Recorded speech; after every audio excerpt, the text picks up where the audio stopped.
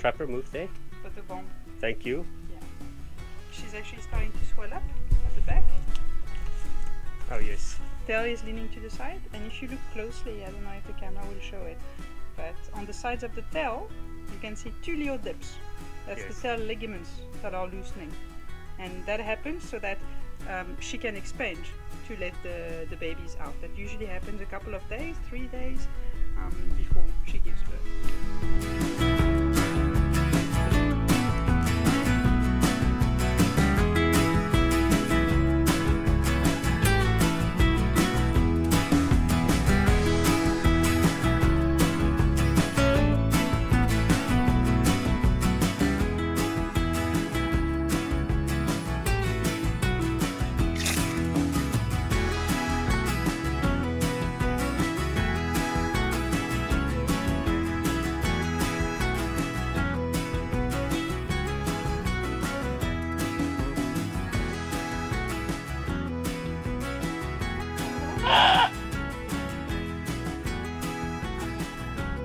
Yep.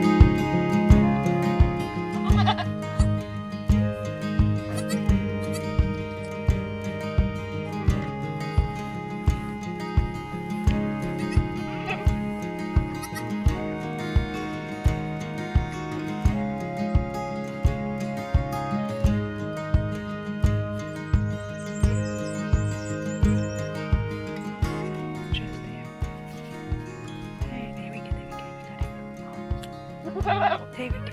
It's just there. Quite methodical. There we go. You got it. That's it. That's it.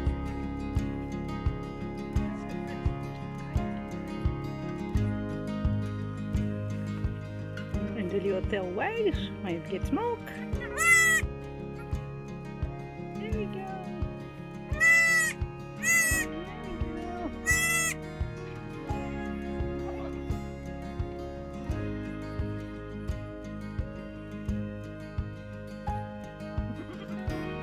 That little pocket of liquid that's dangling all the way at the bottom of what's coming out of her, that's there, that weighs down the placenta. It's part of the body's natural mechanism towards for evacuating the placenta. So that weight is going to essentially in there. You can see she's lifting her leg because she's trying to guide the Leo one. I usually hang around until she evacuates the placenta, then she's gonna eat it, and then everything is pretty much done. Then I monitor her for a couple of days, for a week, make sure everything is looking good back there. She's never had a problem before, but I've got some pessaries ready just in case I need to intervene. The pessaries are antibiotic, antiviral. You put them in there essentially with a nice clean hand. You put them as far as you can in there, and then it actually helps her just in case she retains a little bit of the placenta or she doesn't clean up properly naturally. But usually they know what they're doing. So another reason I usually hang around until I see both of the kids have latched and have a little bit of a drink each is it's super important for them within the first 24 hours, ideally within the first 1 or 2 hours, to get colostrum.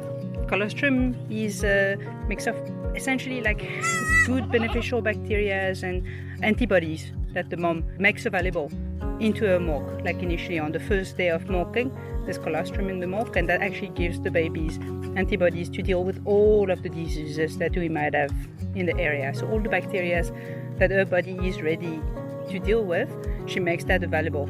If you don't manage to get the little kids to latch within the first few hours. So if you see they're really struggling, you can actually try and help them and guide them a little bit. Usually they find their way on their own. But if the little kid is too weak for some reason, or if he actually really struggles, right, you can get either commercially available colostrum that you can find. It's in powder form and you can actually mix it. So in South Africa we've got bioglobin, for example. Very good brand. It's very easy to mix into the milk.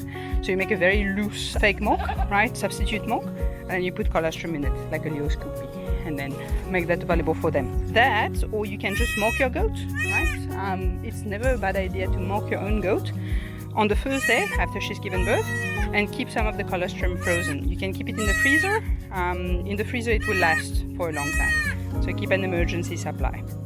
She labored for round about 2 hours, right, all the way to when her water broke about half an hour ago. And they're both looking healthy, they're both breathing properly. She's busy bonding with them now. She's busy cleaning them. So what you see here is she's licking them. That's part of the bonding process. She's an excellent mother, always gives twins. They're standing nicely and they're bleating nicely. Another thing is like hearing them bleat. The first time you hear them bleat, it's essentially also kind of telling you that their little airways are clear and they're making their first like little hello world. So yeah, it's kind of cute and it's very reassuring the first time they bleat. So if your goat is very used to you, you can actually spend that time there and just to make sure everything is okay. And you can help her clean the babies if you want. It's also a good opportunity to start getting the babies used to you. You don't have to touch them, right? Bearing in mind that like she should be the one running the show, right? She should really be the one like working on them, cleaning them. You can assist, but you shouldn't be the one handling them. You shouldn't be the one like really putting them places. Unless you have to. Of course, if you're in a situation where they're in a spot that's not safe, definitely move them. Just make sure that she's got them close to her.